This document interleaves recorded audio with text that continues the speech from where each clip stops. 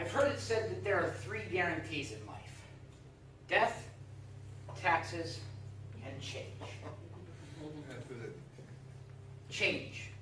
We're all guaranteed to experience it at some point in our lifetime.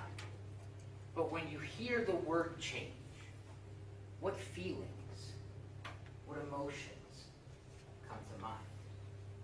Neuroscience tells us that our brain is hardwired to fear change. Change, or even the thought of change, sets our brain immediately into a state of fight or flight. We're not even conscious of it. We just feel uneasy, and we want nothing to do with change. So how do we correct something that our brain is hardwired to do?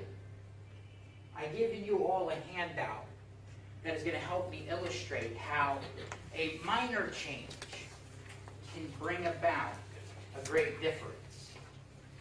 In the first example, we have water and we have ice. What's the difference? Cold water, 33 degrees Fahrenheit. Ice, 32. What's the difference? 1 degree. The second example, it's not quite as easy. We have 2 elements, gold and mercury. Chemical numbers are 80 and 79. What's the difference? 1 proton. 1 proton is the difference between having an element that too much of can be fatal versus having an element that too much of has never seemed to be a problem for anyone. In the next example, you got a picture of someone cruising the open road and then getting a ticket. What's the difference?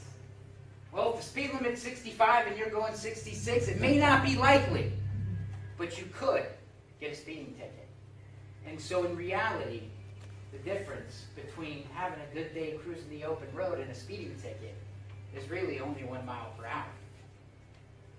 My favorite example is the next one. What's the difference between getting stood up at the goal line and a touchdown?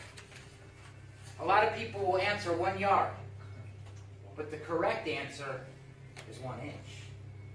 Al Pacino said it best in the movie Any Given Sunday when he said, "Gentlemen, life, like football, is a game of inches."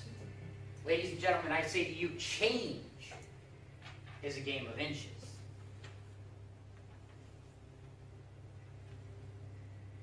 Too many times I see that people set unrealistic change goals.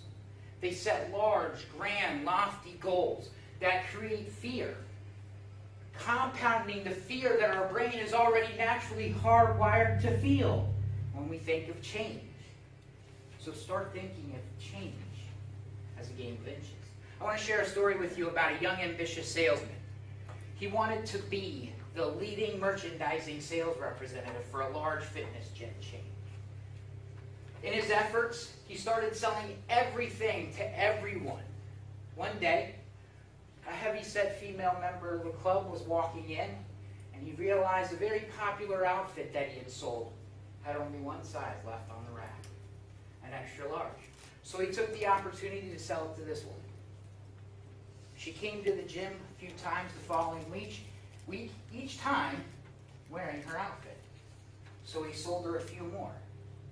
Her gym membership became a little bit more regular, and one day she approached the salesman and sheepishly said that she was trying to lose weight.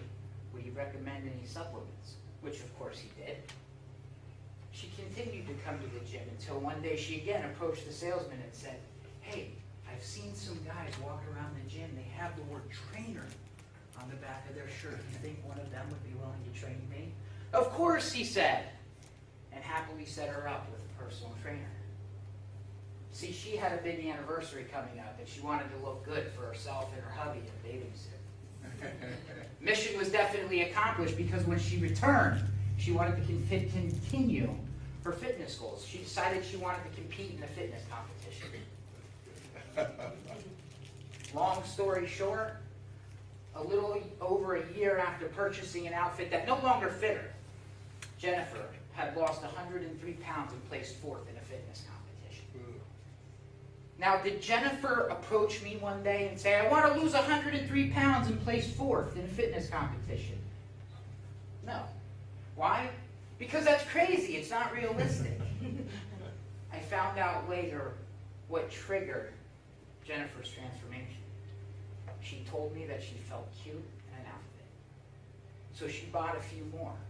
And she felt comfortable coming to the gym because she felt cute in an outfit. And she started to become a regular member of the gym and was there just long enough to start making minor, small changes that led to an entire lifestyle change. Her change was 1 inch. Finish up playing the game. What's the difference? What's the difference between coal and diamonds? Pressure.